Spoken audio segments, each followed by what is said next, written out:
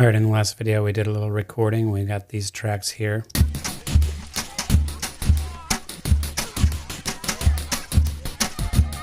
Okay, and one wonders where the heck those tracks went, like the actual files themselves. And Ableton is awesome for this because there's just a couple of dozen ways to find any file. For starters, I can just double click and go down here and right click and say show in Finder. And it shows me that track, Banded Hand Drum number 1, under the name of my project, which is multiple track. Okay, which is I put it in my music folder. And it's got a multiple track ALS, and then in there's samples and recording. And there it is. Super easy. In fact, they're all there.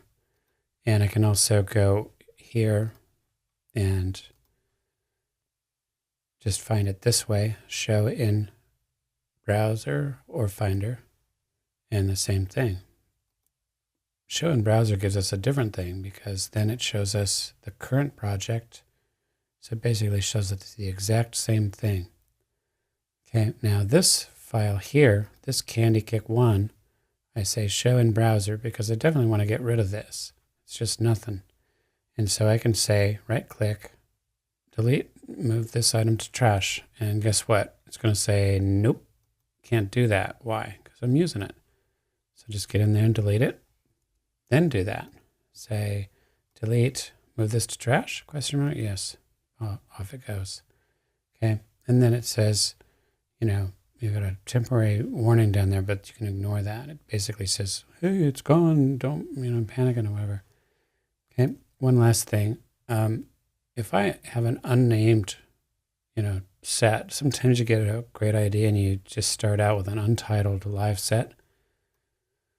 I can set where these temporary folders for that very sort of thing go here into the preferences under File, Folder tab, Browse, and I can just go here. And I think this is where the Ableton installer put it, just right in the Music Ableton temporary folders area, live recordings, something like this. And sure enough, you see all the untitles that I started out with in the last few months, going all the way back. Okay, so you can set your setup right there, and you can even take it back. I think I need to take it back one level, and now it says Bill Burgess Music Ableton. All right, so finding files in Ableton, super easy. Show in browser, show in Finder, etc.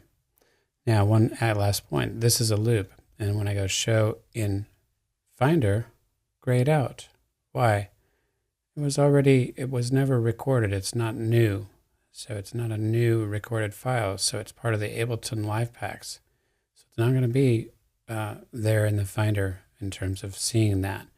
Okay. And even over here, I can't say show this in the Finder. It's grayed out. Why? Because it's packed up into an Ableton pack.